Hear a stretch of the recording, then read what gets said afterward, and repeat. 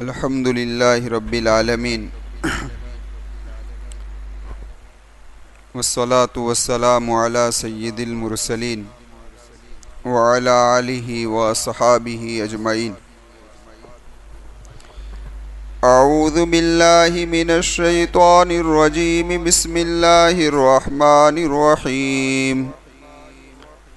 لقد صدق اللہ رسولہ الرؤیا بالحق لتدخلن المسجد الحرام ان شاء اللہ آمنین محلقین رؤوسکم ومقصرین لا تخافون فعلم ما لم تعلموا فجعل من دون ذلك فتحا قریبا هو الذي أرسل رسوله بالهدى ودين الحق ليظهره على الدين كله وكفى بالله شهيدا محمد رسول الله صدق اللہ العظیم۔ معزز سامعین کرام اور پردہ نشین خواتین، سورہ فتح کی دو آیت کریمہ آپ حضرات کے سامنے ابھی تلاوت کی گئی۔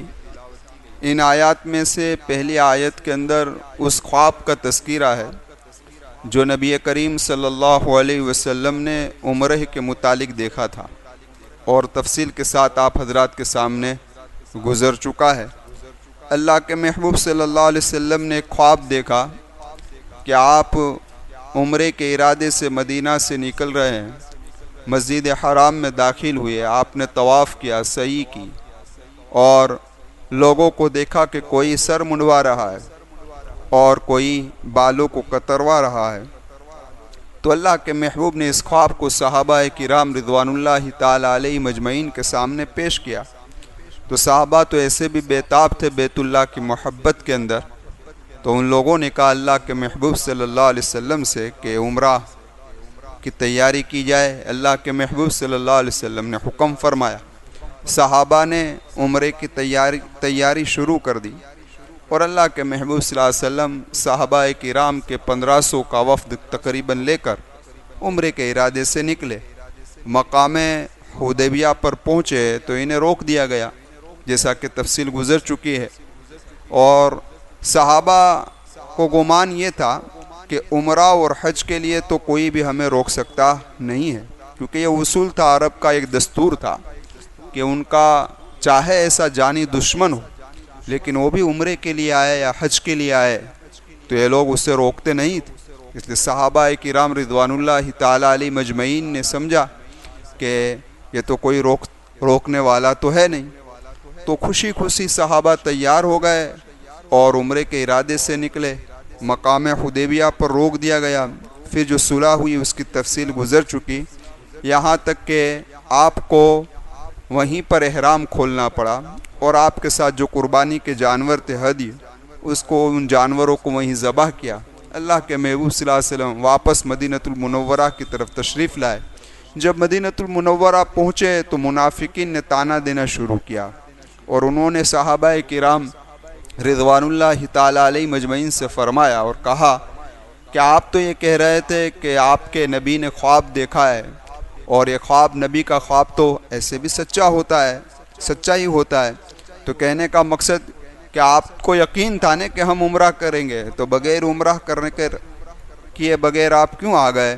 یہ طعنہ دیا منافقین نے۔ تو صحابہ نے اس طعنے کو نبی کریم صلی اللہ علیہ وسلم کے سامنے بیان کیا، تو اللہ کے محبوب صلی اللہ علیہ وسلم نے فرمایا، دیکھو بھائی، میں نے یہ کہا تھا کہ ہم عمرہ کریں گے، یہ تو نہیں کہا تھا کہ اس سال کریں گے، انشاءاللہ ضرور بضرور ہمارا عمرہ ہوگا۔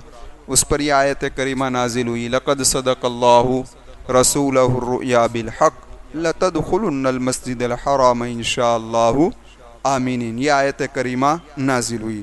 خیر، اب یہاں ایک بات سمجھنی ہے کہ لقد صدق اللہ کہ تحقیق کہ اللہ تبارک و تعالیٰ نے اپنے رسول کے خواب کو حق کے ساتھ سچا کر دکھایا، حالانکہ ابھی عمرہ ہوا نہیں ہے، ابھی خواب کی تعبیر پوری ہوئی نہیں ہے، لیکن قرآن کریم یہ کہہ رہا ہے کہ بھئی کیا ہو گیا، کیا کہہ رہا ہے؟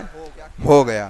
تو ایک بات ذہن میں ہم بٹھا لیں، وہ بات یہ ہے کہ کہ جب کسی چیز کے یقین ہو کہ یہ کام ہونے ہی والا ہے تو قرآن کریم اس وقت ماضی کا صیغہ استعمال کرتا ہے۔ ماضی کا مطلب یہ ہے کہ بھوتکاڑ والی بات کرتا ہے۔ جو کام ہونے والا ہو بھوشیہ کار میں، لیکن اس کام کا ہونا یقینی ہو کہ ہونے ہی والا ہے، تو قرآن کریم جو تعبیر اختیار کرتا ہے وہ بھوتکاڑ والی کرتا ہے۔ کون سی؟ جیسا کہ ہو ہی گیا ہے۔ سمجھ میں آئی بات؟ حالانکہ ہونے والا ہے لیکن ہو ہی گیا ہے۔ قیامت کے بارے میں قرآن کریم میں جو کچھ بھی آیتیں ہیں آپ دیکھیں، سب کے اندر بھوتکاڑ ہی کے لفظ ہیں۔ اکثر میں کیسے لفظ ہیں؟ بھوتکار کے لفظ ہیں۔ لیکن قیامت ہو گئی نہیں، قیامت تو بھی ہوئی نہیں ہے، آنے والی ہے، لیکن بھوتکاڑ کا لفظ استعمال کر کر قرآن نے تعبیر استعمال کر کر اشارہ کر دیا کہ قیامت یقینی ہے، اس میں کوئی شک و شبہ کی کوئی گنجائش نہیں۔ تو یہاں بھی میرے محبوب صلی اللہ علیہ وسلم، آپ نے خواب دیکھا ہے، ابھی خواب کی تعبیر پوری ہوئی نہیں ہے، لیکن یہ ایسا ہے کہ ہو کر ہی رہے گا۔ کیا ہے بھائی؟ ہو کر ہی رہے گا۔ تو قرآن کریم نے کہا لَقَدْ صَدَقَ اللَّهُ رَسُولَهُ الرُّؤْيَا بِالْحَقِّ۔ ایک بات۔ دوسری بات یہ سمجھنی ہے یہاں پر کہ قرآن کریم نے اللہ کے رسول کے خواب کا تذکرہ کیا، اور ترمذی شریف کی روایت کا خلاصہ یہ ہے کہ نبی کا خواب وحی ہوا کرتا ہے۔ کیا ہوتا ہے؟ نبی کا خواب وحی ہوا کرتا ہے، یعنی نبی جو خواب میں دیکھتے ہیں وہ سچائی ہوتا ہے۔ کیوں کہ نبی جو بھی خواب دیکھتے ہیں اس کے اندر نفسانیت کو اور شیطانیت کا کوئی دخل ہوتا نہیں ہے، وہ اللہ کی جانب سے ہوتا ہے اور وہ خواب سچائی ہوتا ہے۔ یہ ایک الگ چیز ہے کہ نبی کے خواب میں اشتباہ ہو سکتا ہے، اور نبی کے خواب کی تعبیر میں تاخیر یعنی دیر ہو سکتی ہے۔ اشتباہ کس کو کہتے ہیں؟ اشتباہ اسے کہا جاتا ہے کہ دو چیز ہو لیکن سیم ٹو سیم ہو، شکل و صورت کے اعتبار سے سیم ٹو سیم ہو، اس سے دھوکہ ہو سکتا ہے کہ یہ مراد ہے کہ یہ۔ جیسے ہجرت کے بارے میں اللہ کے محبوب صلی اللہ علیہ وسلم نے خواب دیکھا کہ آپ ہجرت فرما رہے ہیں، تو آپ کو جو ہجرت کی جگہ دکھلائی گئی وہ اسی دکھلائی گئی کہ وہ پتھریلی زمین ہے، وہاں پر پانی ہے اور کھجوروں کے درخت ہیں۔ تو اللہ کے محبوب صلی اللہ علیہ وسلم نے گمان یہ کیا کہ وہ یمن کا ایک علاقہ ہے، شاید یہی جگہ میری ہجرت کی ہوگی، لیکن ہجرت اس طرف ہوئی نہیں۔ ہجرت کہاں ہوئی؟ مدینۃ المنورہ کی طرف۔ زمانہ جاہلیت میں اس کا نام تھا یثرب، تو مدینہ کی طرف اللہ کے محبوب صلی اللہ علیہ وسلم نے ہجرت فرمائی، کیونکہ جو چیزیں پتھریلی زمین، پانی، کھجور کے درخت وہاں تھے، ایسے مدینہ میں کے اندر بھی تھے۔ کہاں تھے؟ مدینہ میں بھی تھا۔ تو نبی کے خواب کے اندر اشتباہ ہو سکتا ہے، ایک بات، یعنی خواب کی تعبیر میں اشتباہ ہو سکتا ہے۔ اسی طریقے سے نبی کے خواب کی تعبیر میں تاخیر ہو سکتی ہے۔ آپ دیکھیں حضرت یوسف علیہ السلام نے خواب دیکھا، کیا دیکھا؟ کہ میں دیکھتا ہوں کہ 11 ستارے اور چاند مجھے کیا کر رہے ہیں؟ سورج سجدہ کر رہے ہیں، ہے نا؟ تو تعبیر فوراً مکمل ہوئی؟ نہیں، ابھی تو بچپن میں آپ خواب دیکھ رہے ہیں، اور ایک خواب کی تعبیر کہاں جب آپ بادشاہ بنے، اور بادشاہ بننے کے بعد وہ بھی کئی سال کی آپ کی عمر ہو گئی، اس کے بعد ایک خواب کی تعبیر کیا ہوئی؟ پوری ہوئی۔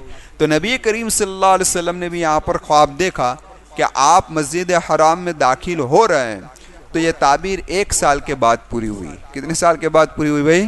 1 سال کے۔ تو نبی کی خواب کی تعبیر میں تاخیر ہو سکتی ہے، لیکن جو خواب ہوتا ہے وہ کیا ہوتا ہے بھائی؟ سچا ہوتا ہے۔ اب دیکھیں قرآن کریم یہ کہہ رہا ہے لَتَدْخُلُنَّ الْمَسْجِدَ الْحَرَامِ، آپ ضرور بضرور مسجد حرام میں داخل ہوں گے، کیونکہ لام اور نون آپ تو نہیں سمجھیں گے، عربی گرامر کے اعتبار سے جب کسی بات کے اندر تاکید پیدا کرنی ہو نا کہ یہ کام ہو کر ہی رہے گا، تو وہاں لام اور یہ نون لگایا جاتا ہے۔ سمجھ میں آئی بات؟ تو لَتَدْخُلُنَّ کا کہ ضرور بضرور آپ وہاں پر کیا ہوں گے؟ مسجد حرام میں داخل ہوں گے۔ آگے قرآن کریم یہ کہہ رہا ہے کہ انشاءاللہ آمینین، اگر اللہ نے چاہا تو امن و امان کے ساتھ آپ مسجد حرام کے اندر داخل ہوں گے۔ اب یہاں ایک بات سمجھنی ہے، وہ بات یہ ہے کہ یہاں تو یہ کہا گیا کہ ضرور بضرور آپ داخل ہوں گے، اور پھر قرآن یہ بھی کہہ رہا ہے کہ انشاءاللہ اگر اللہ نے چاہا تو، کیونکہ انشاءاللہ اسی جگہ پر استعمال ہوتا ہے کہ جہاں کسی بات کا 100% یقینی نہ ہو، 100% یقینی نہ ہو، وہاں کہا جاتا ہے انشاء اللہ۔ سمجھ میں آئی بات؟ تو قرآن نے لَتَدْخُلُنَّ بھی کہا اور انشاء اللہ بھی کہا۔ سمجھ میں آئی بات؟ ٹکراؤ سمجھ میں آ گیا؟ تو علماء نے اس کا جواب یہ دیا ہے کہ انشاء اللہ کا تعلق آمینین سے ہے۔ کس سے ہے؟ آمینین۔ امن کے ساتھ آپ اگر اللہ نے چاہا تو داخل ہوں گے۔ اشارہ کر دیا کہ میرے محبوب صلی اللہ علیہ وسلم آپ مسجد حرام میں ضرور بضرور داخل ہوں گے، لیکن ہو سکتا ہے کہ تھوڑی بہت لڑائی ہو اور آپ کو داخلہ نصیب ہو، اور یہ بھی ہو سکتا ہے کہ امن و امان کے ساتھ آپ کہاں پر؟ مسجد حرام میں داخل ہوئے۔ تو انشاءاللہ کا تعلق کس سے ہے؟ آمینین سے۔ امن کے ساتھ بھی ہو سکتے ہیں اور کچھ مزاحمت بھی ہو اس کے ساتھ بھی آپ، لیکن داخلہ یقینی ہے، ضرور بضرور آپ داخل ہوں گے۔ ایک بات۔ دوسری بات یہ ہے کہ کبھی انشاءاللہ ادب کے لیے بھی استعمال ہوتا ہے۔ مثال کے طور پر حدیث کے اندر ہے، آپ لوگ بھی قبرستان جاتے ہیں اور جانا چاہیے، اللہ تبارک و تعالی مجھے بھی توفیق دے، آپ تمام کو توفیق دے، خصوصاً اپنے مرحومین کی قبر پر بارہا جانا چاہیے۔ ہمارے والدین کی قبر پر تو ہمارا حق بنتا ہے کہ ہمیں ہر جمعہ کو یا جتنا ہو سکے کثرت سے جانا چاہیے۔ اللہ مجھے بھی توفیق دے، آپ تمام کو توفیق دے۔ خیر، تو میں عرض یہ کر رہا تھا کہ قبرستان میں جب ہم جاتے ہیں تو دعا پڑھتے ہیں۔ کیا پڑھتے ہیں؟ السلام علیکم یا اہل القبور، اے قبر والو تم پر سلامتی ہو، انتم سلفنا ونحن بالاثر، آپ آگے نکل گئے ہم پیچھے آنے والے ہیں۔ ہاں، اسأل اللہ لنا ولکم العافیہ، ہم اللہ تبارک و تعالیٰ سے سوال کرتے ہیں ہماری و تمہاری عافیت کی، کہ اللہ ہمارے ساتھ بھی عافیت کا معاملہ فرمائے، تمہارے ساتھ بھی اللہ عافیت کا معاملہ فرمائے۔ وَإِنَّا إِنشَاءَ اللَّهُ لَلَاحِقُونَ، اور اگر اللہ نے چاہا تو ہم بھی تم سے ملنے والے ہیں۔ دکھ ہو تو یہاں بھی انشاءاللہ آیا، وَإِنَّا إِنشَاءَ اللَّهُ۔ سمجھ میں آئی بات؟ حالانکہ ہر ایک کو موت تو آنی ہی ہے، ہر ایک کو مرنا ہے، اس میں کسی کو شک و شبہ ہے؟ کسی کو شک و شبہ نہیں، پھر بھی انشاءاللہ کیوں کہا؟ کہ اگر اللہ نے چاہا تو۔ سمجھ میں آئی بات؟ تو کبھی قرآن، کبھی حدیث کے اندر بھی، شریعت حدیث کے اندر بھی انشاءاللہ کا لفظ ادب کے لیے آتا ہے۔ سمجھ میں آئی بات؟ تو یہ ایسا بھی ہوتا ہے، ایک بات۔ دوسری بات انشاءاللہ کے بارے میں یہ سمجھنی ہے کہ خود اللہ تبارک و تعالیٰ کا یہ کلام ہے، اس لیے قرآن کریم یہ اللہ کا کلام ہے۔ توریت اللہ کا کلام نہیں ہے، انجیل اللہ کا کلام نہیں ہے، زبور اللہ کا کلام نہیں ہے، وہ اللہ کی کتابیں ہیں۔ کیا ہے؟ اللہ کی کتابیں ہیں۔ قرآن کریم یہ اللہ کا کلام ہے۔ اللہ کا کلام کا مطلب یہ ہے کہ اس کی تلاوت خود اللہ تبارک و تعالیٰ نے بھی کی ہے۔ سمجھ میں آئی بات؟ یہ اللہ کی زبان سے نکلا ہوا، اس لیے تو مسئلہ ہے کہ قرآن مخلوق ہے کہ نہیں ہے۔ سمجھ میں آئی بات؟ اسی پر امام احمد بن حنبل رحمۃ اللہ علیہ نے کوڑے کھائے تھے۔ سمجھ میں آئی بات؟ تو خیر، میں عرض یہ کر رہا تھا کہ تو اللہ کا کلام ہے، تو اللہ کیوں کہہ رہا ہے کہ انشاءاللہ؟ اگر میں اور آپ کہیں کسی بات پر انشاءاللہ تو سمجھ میں آنے والی بات ہے، لیکن اللہ کا تو فیصلہ کرنا ہے، اللہ ہی تو ہر چیز پر حاکم ہے، پھر بھی اللہ کیوں کہہ رہا ہے انشاءاللہ اگر اللہ نے چاہا تو؟ سمجھ میں آئی بات؟ علماء نے فرمایا یہ دراصل ہم کو تعلیم دینا مقصود تھا۔ کس کو؟ ہم کو، کہ آئندہ کا کوئی بھی کام ہو تو تمہیں انشاءاللہ کہنا چاہیے۔ اپنے میں سوئے سٹا کا تھے جیسے بے فکر ہو کرج نہ کیس، نہیں، اپنی ذات پر کبھی کام کو نہیں ڈالنا چاہیے، اللہ کے حوالے کر دینا چاہیے۔ اور اللہ کے حوالے کرنے کا مطلب یہ ہے کہ آئندہ کوئی بھی کام ہو تو کہو کہ انشاءاللہ اگر اللہ نے چاہا تو انشاءاللہ یہ کام ہو جائے گا، تو اس پر اللہ کی مدد بھی آتی ہے۔ سمجھ میں آئے؟ قرآن کریم میں سورہ کہف کے اندر کہا نا وَلَا تَقُولَنَّ لِشَيْءٍ إِنِّي فَاعِلٌ ذَلِكَ غَدًا إِلَّا أَن يَشَاءَ اللَّهُ۔ اے میرے محبوب، آئندہ کوئی کام ہو تو آپ کیا کہا گئے؟ حالانکہ 15 دن تک وہی روک دی گئی تھی۔ اللہ کے محبوب نے بتایا تھا، وہ یہ سوال کرنے آئے تھے تو میرے محبوب نے کہا تھا کہ میں کل تمہیں بتاتا ہوں، برابر ہے؟ انشاءاللہ اللہ کے محبوب صلی اللہ علیہ وسلم نے نہیں کہا، تو 15 دن تک وہی رکی رہی۔ پھر یہ آیت کریمہ میں کہا کہ میرے محبوب آئندہ کوئی کام کرنے کا ہو تو آپ انشاءاللہ کہا کرو۔ تو نبی کو جب یہ تعلیم دی گئی تو میں اور آپ تو کیا حیثیت رکھتے ہیں، ہمیں تو اس کو زیادہ عمل کرنا چاہیے۔ خیر، تو ایک تو انشاءاللہ کے بارے میں یہ بات کہی گئی، ذہن میں آئی، آپ حضرات کے سامنے پیش کر دی۔ پھر فرمایا محلقین رؤوسکم و مقصرین لا تخافون۔ ہاں، بعض لوگ یعنی کہ ایسا ہوگا کہ کچھ لوگ حلق کروا رہے ہوں گے، کچھ لوگ قصر کروا رہے ہوں گے، اور اس کے بعد قرآن کریم نے کہا لا تخافون، کہ بغیر خوف کے۔ تو قرآن نے اشارہ کر دیا کہ مسجد حرام میں داخلے کے وقت تو مزاحمت ہو سکتی ہے تاکہ لشکر نڈر نہ ہو جائے، اسی لیے صحابہ سے یہ کہا گیا تھا، یعنی یہ صلح نامہ جب لکھا گیا تو یہ بات کہی گئی تھی کہ آئندہ سال جب آپ عمرے کے لیے آئے تو ہتھیار ساتھ میں لانے کا نہیں ہے۔ پھر بھی صحابہ ہتھیار کو لے کر گئے اور مقام یاجیج پر پہنچ کر آپ نے سارے ہتھیار وہاں پر رکھ دیے اور پھر بغیر ہتھیار کے مکۃ المکرمہ میں داخل ہوئے تاکہ مزاحمت ہو تو ہتھیار کام کے اندر آ جائے۔ سمجھ میں آئی بات؟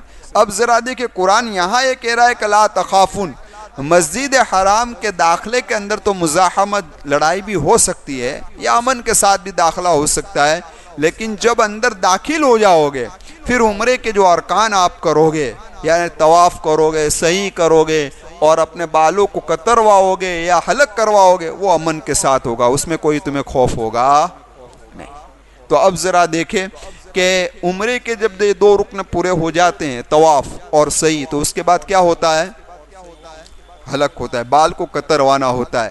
ایک بات نوٹ کر لو، جو آدمی حلق کرواتا ہے، ٹکا کرواتا ہے، اس پر 3 مرتبہ اللہ کے محبوب نے دعا دی، 3 دعائیں دی، اور جو آدمی قصر کراتا ہے، بال کو کترواتا ہے، تو اس پر اللہ کے محبوب صلی اللہ علیہ وسلم نے 1 مرتبہ دعا دی۔ کتنی مرتبہ دعا دی؟ 1 مرتبہ۔ خود اللہ کے محبوب صلی اللہ علیہ وسلم نے اسی عمرے کے اندر کتروائے تھے، بال کو کتروائے تھے، اور حضرت معاویہ رضی اللہ تعالیٰ عنہ نے کینچی سے آپ کے بالوں کو کاٹا تھا۔ لیکن حجۃ الوداع میں جو آپ نے حج کیا ہے، اس حج کے اندر نبی کریم صلی اللہ علیہ وسلم نے حلق کروایا تھا۔ کیا کروایا تھا بھائی؟ حلق۔ تو ہمیں بھی چاہیے کہ ہم تو آپ کی دعا کے زیادہ محتاج ہیں، تو ہمیں بال کتروانے کے بجائے کیا کروانا چاہیے؟ حلق کروانا چاہیے۔ اللہ ہم تمام کو بار بار حرمین شریفین کی زیارت نصیب فرمائے۔ اب ذرا دیکھیں آگے اللہ فرما رہے ہیں فَعَلِمَ مَا لَمْ تَعْلَمُوا، فَعَلِمَ مَا لَمْ تَعْلَمُوا، کہ وہ جانتا ہے۔ وہ کون؟ اللہ جانتا ہے، تم جانتے نہیں ہو یا تم نے جانا نہیں کہ ہم نے حدیبیہ کے موقع کے اوپر تمہیں کیوں روک دیا اور اس سال عمرہ کیوں نہیں ہوا۔ وہ جو مصلحت تھی، وہ حکمت تھی، وہ تم جانتے نہیں۔ کیا حکمت تھی؟ تو کہ فَجَعَلَ مِن دُونِ ذَلِكَ فَتْحًا قَرِيبًا، یہ حکمت یہ تھی کہ اس ورے قریبی فتح، یعنی فتح خیبر کی فتح ہم نے تمہاری تقدیر کے اندر لکھ دی تھی۔ ہم یہ چاہتے تھے کہ عمرہ کے جانے سے پہلے خیبر فتح ہو جائے، اور جب خیبر فتح ہو جائے گا تو تم مالی اعتبار سے مضبوط ہو جاؤ گے اور تم طاقت کے اعتبار سے بھی مضبوط ہو جاؤ گے، اور جو آدمی مالی اعتبار سے مضبوط ہو جاتا ہے تو ذہنی انتشار سے وہ کیا ہو جاتا ہے؟ بچ جاتا ہے، پھر عبادت کے اندر بھی جی لگتا ہے سب کے اندر۔ لیکن آج ہمارا الٹا حساب، جو دولت بڑھتی ہے یوں عبادتوں سے جیل ہمارا کیا رہا ہے؟ اچک رہا ہے۔ سمجھ میں آئی بات؟ حالانکہ اس کو تو مطمئن ہونا چاہیے کہ اب تو مجھے کوئی گھر کا ٹینشن بینسن ہے نہیں، میں مطمئن ہوں، اس کو سکون کے ساتھ عبادت کرنی چاہیے۔ تو اللہ تبارک و تعالیٰ فرماتے ہیں کہ خیبر فتح کروا کر ہم تمہیں مالی اعتبار سے مضبوط کرنا چاہتے تھے اور تمہارا دبدبہ بٹھانا چاہتے تھے، تاکہ جب خیبر فتح ہو گیا تو صحابہ مالی اعتبار سے مضبوط ہو گئے، اور ساتھ کے اندر یہود کا رسوخ جو تھا وہ جزیرۃ العرب سے کیا ہو گیا بھائی؟ ختم ہو گیا۔ اب آپ ذرا دیکھیں سن ہجری 6 ذی قعدہ کے مہینے میں اللہ کے محبوب صلی اللہ علیہ وسلم عمرے کے ارادے سے نکلے تھے، برابر ہے، لیکن آپ کو حدیبیہ پر روک دیا گیا۔ سن ہجری 7 محرم کے اندر خیبر فتح ہو گیا، 2 ہی مہینے ہوئے۔ ذی قعدہ کے بعد کون سا مہینہ آتا ہے؟ ذی الحجہ۔ ذی الحجہ کے بعد کیا آتا ہے؟ محرم. تو سن ہجری 7 محرم 2 ہی مہینے میں خیبر فتح ہو گیا، اور سن ہجری 7 ذی قعدہ کے مہینے میں آپ نے عمرہ کی قضا بھی کر لی، آپ عمرہ کے لیے روانہ بھی ہو گئے. اب ذرا اندازہ لگائیے کہ اس چھوٹے سے وقت میں سن ہجری 8 میں مکہ فتح ہو گیا، سن ہجری 8 میں حنین فتح ہو گیا، اور حنین کی جنگ یہ جزیرۃ العرب کے قبائل سے آخری جنگ. 8 سال کے اس مختصر وقت میں، سن ہجری 1 سے لے کر 8 سال کے مختصر وقت کے اندر جزیرۃ العرب کے اندر اسلام کیا ہو گیا بھائی؟ چھا گیا. تو یہ کھلی ہوئی فتح نہیں تو اور کیا ہے؟ ہاں، یہ حکمت تھی، یہ مصلحت تھی. اسی مصلحت اور حکمت کے بنا پر اے محمد صلی اللہ علیہ وسلم ہم نے دھڑا دھڑ فتح تمہیں کروائی کہ سن ہجری 6 میں سن ہجری 7 میں خیبر فتح، سن ہجری 8 میں مکہ فتح، سن ہجری 8 میں 7 کے اندر حنین فتح، اور تمہارا دبدبا ہر جگہ پر بیٹھ گیا. اب ذرا دیکھیں کہ یہ دھڑا دھڑ فتح کیوں ہوئی؟ تو کہ هو الذی ارسل رسولہ بالحق ودین الحق لیظہرہ علی الدین کلہ. دھڑا دھڑ فتح کیوں ہوئی؟ تو کہ دھڑا دھڑ فتح اس لیے ہوئی کہ وہ ذات کہ جس نے اپنے رسول کو ہدایت اور دین حق کے ساتھ بھیجا تھا. کس کے ساتھ بھیجا تھا؟ ہدایت اور دین حق کے ساتھ بھیجا تھا، تاکہ اپنے دین کو یعنی دین اسلام کو دوسرے دینوں پر کیا کر دے؟ غالب کر دے. سمجھ میں آئے بات؟ اس لیے ہم نے دھڑا دھڑ فتح کروا دی. اب ذرا آپ دیکھیں، غور کریں آپ کہ اللہ تبارک و تعالیٰ نے اس مختصر عرصے کے اندر جو فتح دلائی اور دین اسلام کو غالب کیا، اور دین اسلام اس زمانے سے غالب ہے دلیل اور حجت کے اعتبار سے. وہ آج تک بھی دین اسلام دلیل اور حجت کے اعتبار سے تمام ادیان پر غالب ہے، تمام دینوں پر کیا ہے؟ غالب ہے. سیاسی اعتبار سے بھی دین اسلام غالب تھا جب تک ایمان والے پکے مسلمان تھے. لیکن جب ایمان والوں کے اندر کمزوری آئی، انہوں نے اپنے حالات کو تبدیل کیا، تو سیاسی اعتبار سے دین اسلام کیا ہے؟ مسلمان کیا ہو گئے بھائی؟ سمجھ، سیاسی اعتبار سے پھر یہ مغلوب ہوتے چلے آئے. اس لیے جنگ صفین تک بالکل غالب تھے. جنگ صفین سے گراوٹ شروع ہوئی جنگ صفین سے، اور یہ جو گراوٹ چلتی گئی تو 4 صدی کے اندر اور زیادہ بڑھ گئی. سیاسی اعتبار سے مسلمان پیچھے ہٹتے گئے، اور 7ویں صدی میں تاتاریوں نے جو اٹیک کیا ہے، اس اٹیک کے اندر مسلمانوں کا قتل عام ہو گیا، اور مسلمانوں کی سیاست کیا ہو گئی؟ بالکل. تب سے ابھی تک یہ چلا آ رہا ہے. 8 صدی گزر گئی، 7-8 صدی گزر گئی. لیکن قرآن کا ایک وعدہ ہے، ان اللہ لا یغیر ما بقوم حتی یغیروا ما بانفسہم. اللہ تبارک و تعالی کسی قوم کے حالات کو تبدیل نہیں کرتے جب تک کہ قوم اپنے حالات کو تبدیل نہ کر دے. جب مسلمانوں نے اپنے حالات کو بدلے تو اللہ تبارک و تعالی نے بھی کیا کر دیا بھائی؟ ہاں، بدل دیا. لیکن آج بھی اگر مسلمان اپنی اصل روش پر آ جائے اور پکا مسلمان بن جائے، تو یہ اللہ کا سنت، اللہ کا طریقہ رہا ہے کہ اللہ سیاسی اعتبار سے بھی مسلمانوں کو کیا کر دیں گے؟ غالب کر دیں گے. اس کو اگر سمجھنا ہے تو آپ ایک مثال کے ذریعے سمجھ سکتے ہیں. ایک بوری ہوتی ہے نا، بوری کو سمجھتے ہو، جس کو ہماری زبان میں کیا کہتے ہیں؟ ہاں بھائی، کیا کہتے ہو؟ باج کو سمجھ میں آئی بات؟ ایک بوری ہوتی ہے تو ایک دکاندار کے پاس کیا کہتے ہیں؟ 4 بوریاں ہیں. کتنی بوریاں ہیں؟ 4 بوریاں. ایک بوری ایسی ہے کہ اس کے اندر 100 کلو گیہوں ہے، اور نکر کوئی کوڑا کرکٹ اس کے اندر ہے نہیں. ایک بوری. دوسری بوری ایسی ہے کہ جس کے اندر 98 کلو گیہوں ہے، لیکن 2 کلو کوڑا اس کے اندر ہے. تیسری بوری ایسی ہے کہ جس کے اندر 20 کلو کوڑا ہے اور 80 کلو گیہوں ہے. اور چوتھی بوری ایسی ہے کہ جس کے اندر 20 ہی کلو گیہوں ہے اور 80 کلو کیا ہے؟ کوڑا ہے. اب وہ دکاندار بیچ رہا ہے تو خریدار خریدنے کے لیے آیا، تو جس بوری کے اندر 100 کلو گیہوں ہے، بالکل کوڑا نہیں ہے، اس کو 50 روپے زیادہ دے کر بھی اس کو اٹھا لے گا، ہے نا؟ یہی کرو گے نا آپ لوگ. سمجھ میں آئی بات؟ دوسری بوری جو ہے اس کو بھی اٹھا لے گا قیمت دے کر, زیادہ نہیں دے گا لیکن جو قیمت ہے, کیونکہ 1-2 کلو کا مسئلہ ہے کوڑے کا, زیادہ مسئلہ ہے نہیں.